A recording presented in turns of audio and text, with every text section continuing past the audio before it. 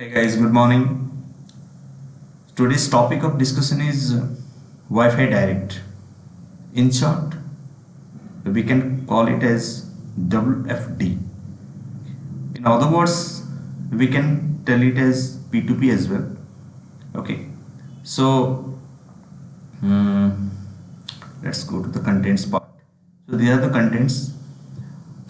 First of all, we will look into the introduction part, then the technical overview, architecture part,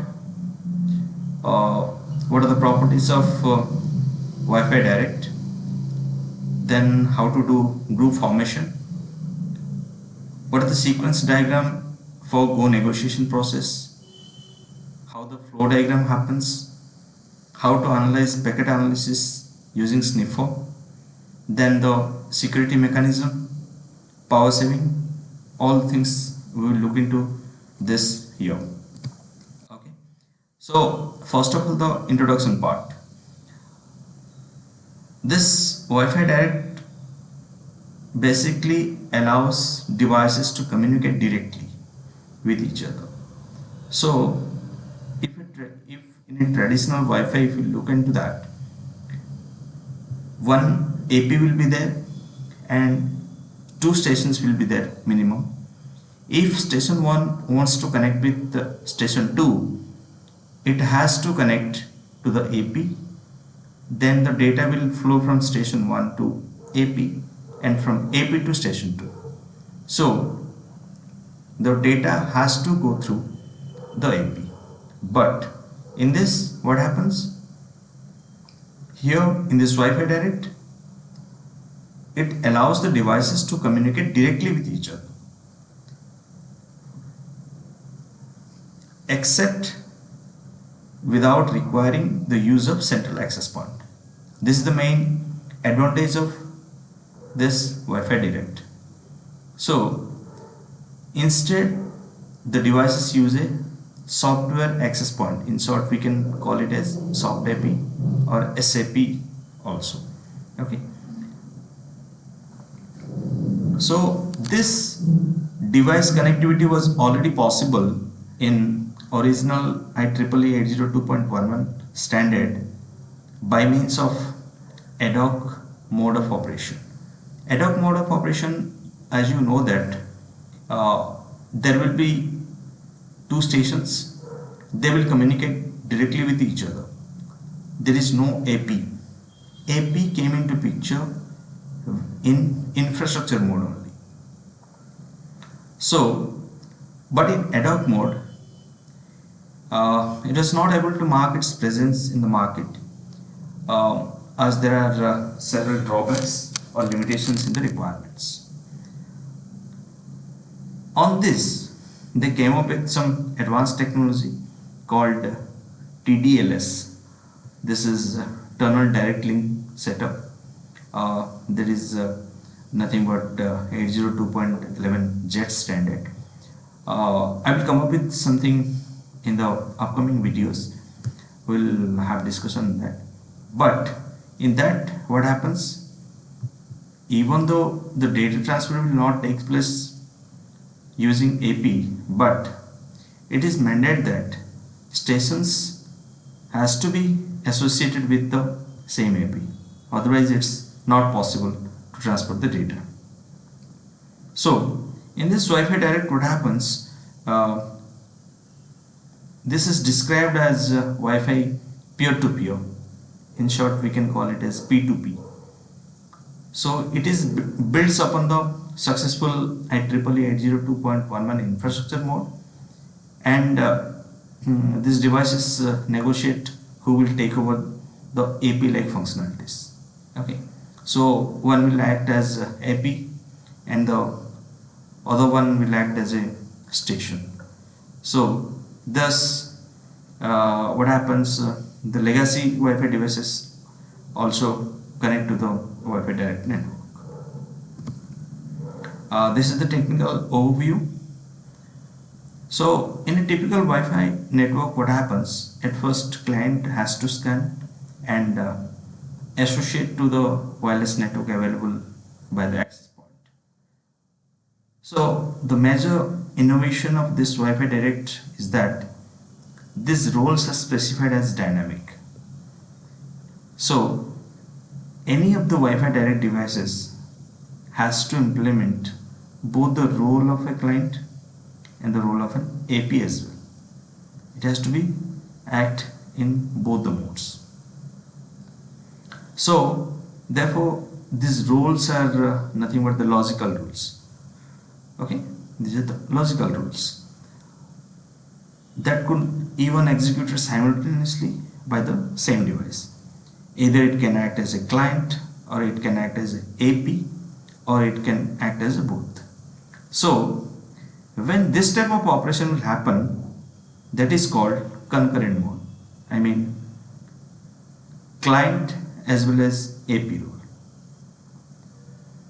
So when they are going to establish the communication, P2P devices have to agree on the role that each device will assume at the time of negotiation.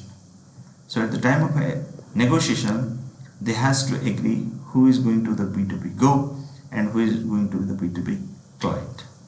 We will look further into this in the upcoming slides. So this is basically the technical architecture. This Wi-Fi direct devices, normally we call it as P2P devices. They communicate with each other by establishing connection in a P2P group. So as you can see in the diagram, this is a P2P group, we can say. Okay. So in the P2P group, what happens? One can act as a AP. The one who will act as a AP, we call it as a P2P group owner. In other words, we can say it as P2P go, go. And the other devices who will act as a client, we can call it as a P2P client. They are the P2P clients. So once the group formation will happen, another legacy client can also join with the group owner, like in the normal way of infrastructure. Okay. So here, this is the technical architecture continues.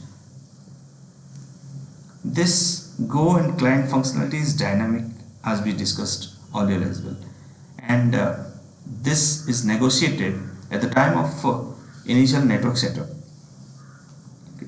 Two P2P devices, first of all, they have to discover each other, then they have to negotiate their rules, they have to negotiate their roles, who will be the P2P client, who will be the P2P go. After that, they only establish the P2P group. So once the P2P group is established, other P2P clients can join to the group the way it is working in a traditional Wi-Fi network. Legacy clients also can communicate with the P2P go things. So by default, Wi-Fi Direct use WPA2 PSK as a security standard. So we should know this. The default security is WPA2 PSK. Okay. So in the earlier diagram, as we saw, there are two scenarios, right? In the first scenario, what happens here, as you can see, there is one group owner and there are two clients. So here it's written that, see, there are three devices to form a group. Here is the mobile phone sharing its 3G connection with two laptops. So the phone is acting as a P2P go. This is a mobile phone and these are two laptops. They are connected with the P2P go and they are acting as P2P clients. In the second diagram, what happens? In the second diagram, in order to extend the network, one of the laptops establishes a second P2P group with a printer. Okay. So here what happens? This is only one device. This whole is one device. So first of all, what it will do, as a normal station, it connects to the AP. This is a traditional network. That's the reason it's written as WLAN BSS. Okay. And in the second scenario, this happens that P2P device connects with another P2P device. So this is a So now this laptop acts as a P2P and as well as station. That's the reason this calls it as uh, concurrent mode. Okay, so uh, in order to act both P2P client and as P2P Go, the laptop will typically alternate between the two roles by time sharing basis. Okay, so the laptop which acts as P2P client and P2P Go, it has to alternate its role between the two roles depending upon the time sharing basis, and it will act as a both the roles. Okay, so in the second group, what happens, the laptop acts as a P2P Go and also a station. Then we will look into the properties of Wi-Fi Direct. There are a couple of properties I have noted down here. The first thing is like a traditional AP, P2P Go announces itself using the beacons. Okay, so in the beacon, when the Wi-Fi Direct will be enabled, P2P information element, P2P IE will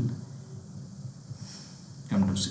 Okay, the P2P IE is included in all the management frames. So management frames like probe request response, SOC request response, SOC request response, all the things. So this P2P IE will be included. Okay. So as per the Wi-Fi Direct specification, P2P device which becomes the group owner, it has to provide the DHCP server application in the system to provide P2P clients with IP addresses. This is the third property. Only the P2P Go is allowed to cross connect the devices in its P2P group to an external network. So as we see in the earlier example, so this is a P2P Go, and as well as it's acting as a WLAN station. Okay, this is what written over here. Wi-Fi Direct does not allow transferring the role of P2P Go within a P2P group. This is not allowed at all. Okay, if the P2P Go leaves the P2P group, then what if the group was formed, that has to be torn down and has to be re-established once again. Then this group formation procedure. So basically there are three ways in which two devices can establish a P2P group. The first one is the standard one, then autonomous, and the third one is persistent. Okay, we'll look one by one in the further slides. So basically the group formation procedure involves two phases. The first one is determination of P2P group owner. Who has to be the group owner in this scenario? The first thing is the negotiation will happen. So two P2P devices has to negotiate for P2P group owner based on the desired or capabilities of the P2P Go. Okay, then selected P2P group owner role established at formation or at an application level. So but the basic mode of this P2P group owner determination is they has to come up with a statement that who has to be the group owner. Okay, then the provisioning of P2P group, establishment of this P2P group session using appropriate credentials. So we will look into this. So how it will establish the connection using this Wi-Fi simple configuration to access credentials. So one thing I would like to tell you guys, that in order to know this P2P group formation procedure, you have to be aware of this WSC. WSC is nothing but the Wi-Fi protected setup. You should aware of this one. If you don't know, there is another video is there for Wi-Fi protected setup also, which I released before. You can have a look into that. Okay, Then if you look into this, you will come to know. Okay, so this is the sequence diagram. I will explain you how the things are happening. Try to understand the point here. See, here two devices are there. One is P2P device 1 and the other one is P2P device 2. And in the first scenario, what happens?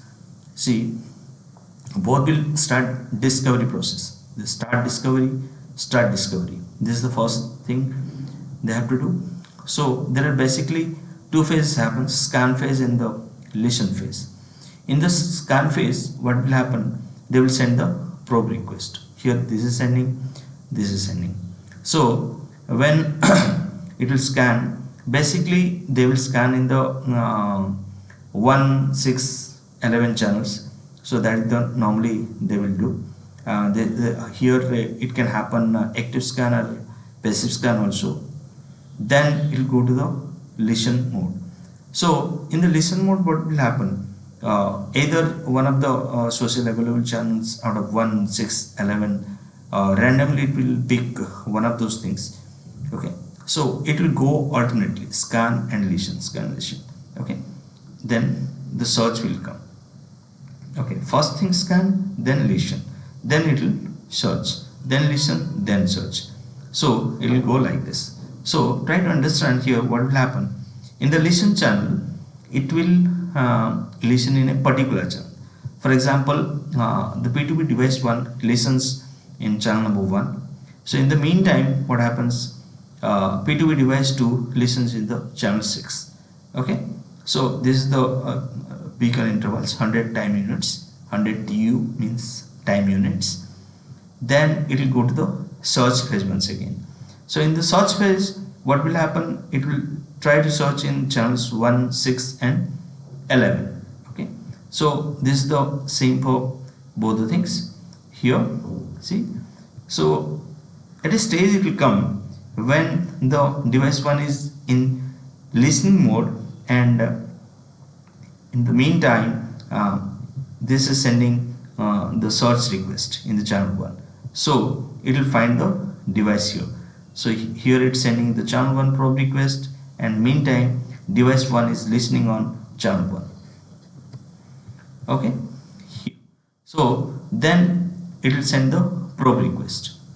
Okay, so as you can see here, it's sending the moment it's listening to the channel 1. Okay, it'll trying to send the probe request here. So it send the probe request with the P2P IE. Then the P2P device 2 will respond with the probe response. Okay, so here this device P2P device 1 says that I found the device. Okay, in the similar way it has to send the probe request. Okay, then here see, here it was searching and it was listening. Okay, in channel 1. Okay, so then P2P device 2 has to send probe request, and device 1 will probe response here. So here in channel 1, and then this P2P device 2 will say that I found the device. When from both the side, P2P device 1 and the P2P device 2 will say that we both found the device, then the formation will takes place. So first what will happen? Device will go negotiation request. One has to send the go negotiation request. So let's consider here the device 1 is going to send the go negotiation request. So what it will do, it will send an intent value. You can see in the bracket itself, intent value is nothing but 3 here.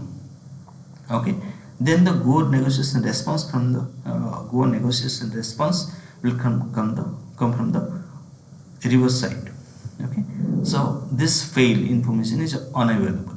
Why this information is not available means sometimes what happens, go negotiation response, this this P2P device 2 is not available, and it's not mentioned in the here, as we can see in the note 4. See here, this probe response is optional. P2P device 1 may just send the go negotiation request only. So here in the node 5, P2P device 1 retries after initial go negotiation request fails. So as you can see, again here this P2P device 1 initiated the P2P go negotiation request with intent value as 3.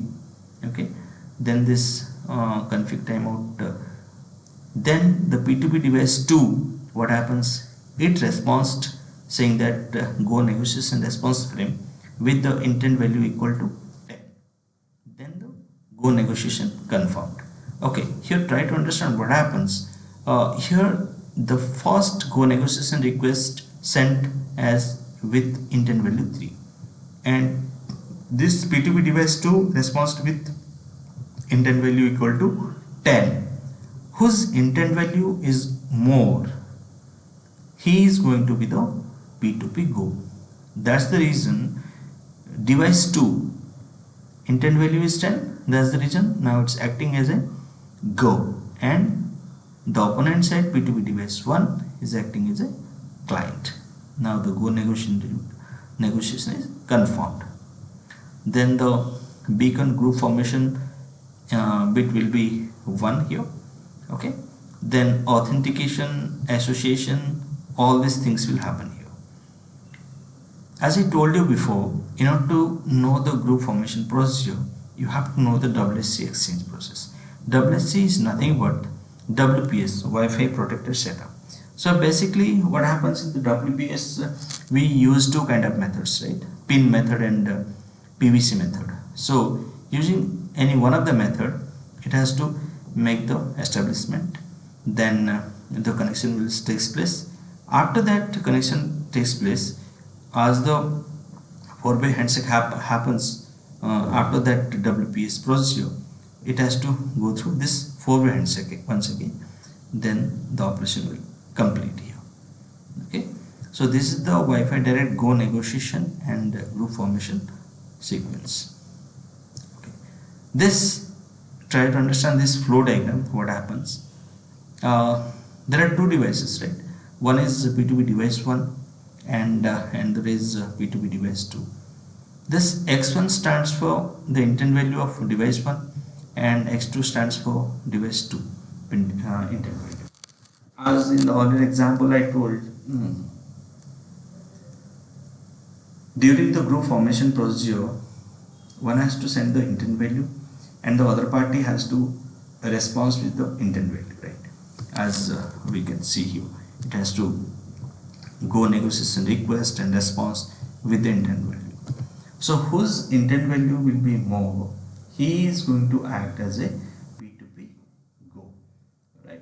So here what happens, sometimes it may happen that go both the devices can send the same intent value. So in that case what will happen, suppose x1 equal to x2 means both the intent value of both the devices will suppose equal. If yes, if it is really equals, what will happen, then they will look for if these values are less than 15 or not, both the values. If yes, once again the P2P device sending the tiebreaker bit equal to 1 becomes the group owner. In that case, see, first of all both the intent values are equal, yes. Then the second condition is it less than 15 or not, they are going to see. If it is less than 15, then what will happen, someone has to send the tiebreaker. The one who will send the tiebreaker bit equals to 1 first, then he is going to act as a group owner. P2P device sending the tiebreaker bit equal to 1 becomes the group owner. If it is more than 15, then obviously it's going to fail. Both the P2P devices want to become a group owner. This will be considered like this. Okay. Coming to this, if x1 equal to x2, suppose not equal. Okay. Someone has to be bigger and someone has to be smaller. No. Okay. Then we will compare. X1 less than equal to x2, less than x2. If yes, x2 means P2P device 2 is the group owner. If x1 is bigger, then P2P device 1 is the group owner. So this is the basic flow diagram. Then coming to sniffer packet analysis, what will happen here? You can see in the all the management packets, you are going to see with the Wi-Fi direct a message will come. So here you can see all the things. Okay, P2P attribute, P2P capability, this device capability. Here you can see all the things. Okay, group capability also. This P2P attribute. You can see it's mentioned everything here, how the group formation is happened or not. Okay, then in the next thing you can see Wi-Fi direct. See, here the P2P capability. One more thing I would like to show you, group owner intent value. See here intent value, it's showing here. Okay. Then one thing I left out, this element ID is 221. Okay, don't forget this is 221. Okay. Then coming to the security part, so this Wi-Fi direct devices are required to implement Wi-Fi protected setup to support a secure connection with minimal user intervention.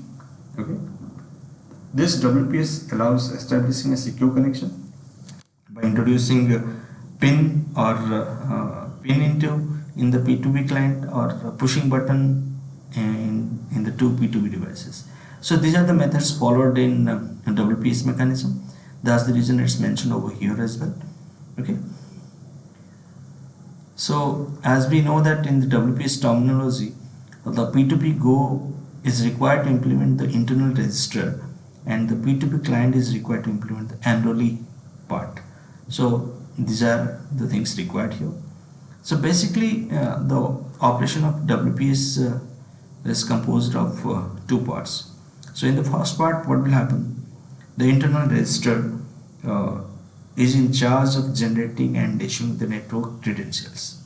So there is the security keys to the enrollee, and in the second part, the enrollee, that is the P2P client, disassociates and reconnects using its new authentication credentials. These all are the concepts of WPS. Then the last one is power saving mechanism. This power saving mechanism in the current Wi-Fi networks, this is not applicable for APs, but this is only applicable for clients only. Okay.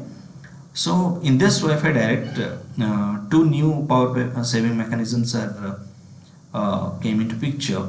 The first one is opportunistic power save control, that is OPS, and the second one is notice of absence, NOA protocol.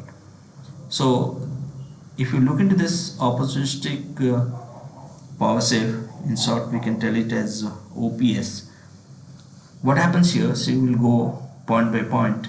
In the OPS allows the P2P group owner to opportunistically save power when all its associated clients are sleeping.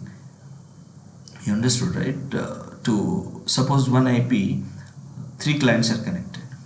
When all the clients will go to the sleeping mode, then only this P2P group owner can go to the power saving mode. This OPS will come into picture. So in this power saving that can oscillate by the P2P group owner are very limited. This P2P group owner can save power by defining the limited presence period after every beacon transmission, known as CT window. Okay. So if at the end of the CT window all associated P2P clients are sleeping, the P2P group owner is allowed to sleep until the next beacon time. We'll look all this in the next slide. If any P2P client stays in active mode at the end of the CT window, the P2P group owner is forced to remain awake until the next beacon time. See, here the opportunity power save mechanism explained very in detail. What happens? This is a group owner, and there are two clients connected with it, client 1 and client 2. Here all are active. Okay, so here what happens, the client 1 is in doze state and client 2 is also in doze state. So what will happen here in the at the beacon at the TBTT, when the beacon comes, after that CT window, there is a specific time interval. The AP saw that there is no data buffer for either of the client and both the clients are in doze state.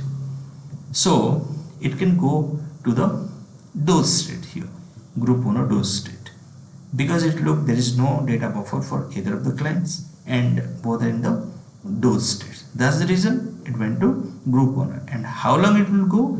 Up to the TBTT only. Again it has to wake up. Okay, then it will look.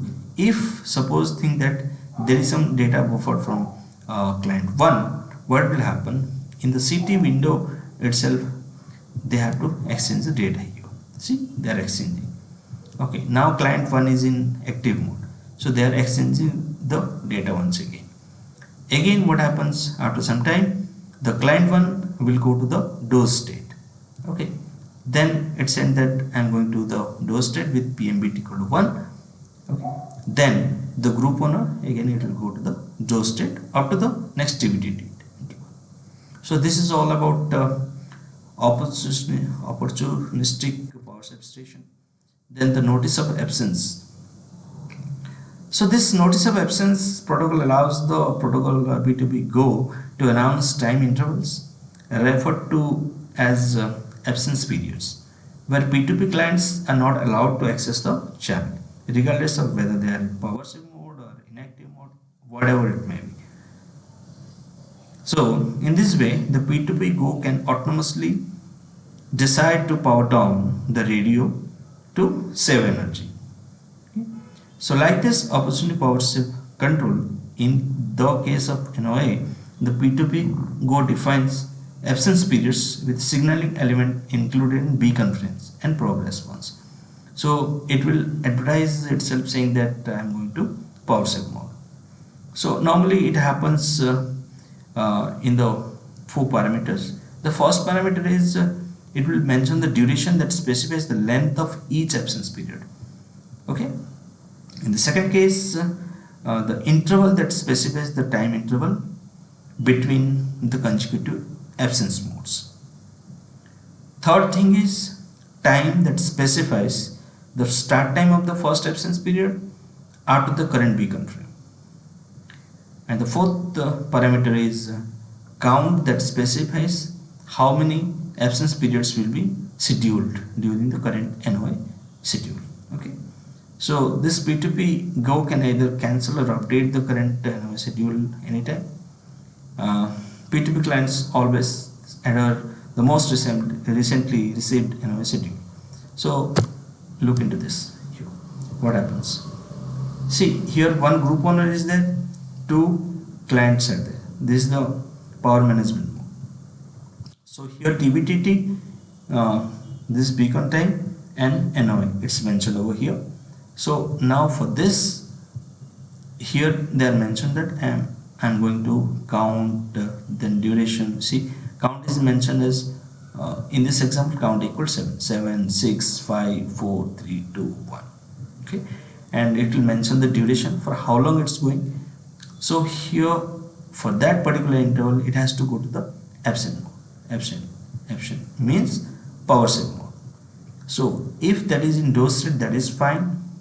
Okay, if this is in doze state, but only in this time period it has to come to the active mode. See, client in active mode. So active mode. So what if the data exchange will happen when the AP is in P2P Go is in active mode? That time only data transmission will happen. Here you can see. Only that time the client will come out of the power saving mode, that is PM equal to 0. Then it will do the data exchange. Again it has to go to the doze state. Okay. So this is all about power saving mechanism. Okay. Thanks a lot for watching this video. If you like it, please subscribe and share with your friends. Thanks a lot guys. Bye bye. See you in my next video.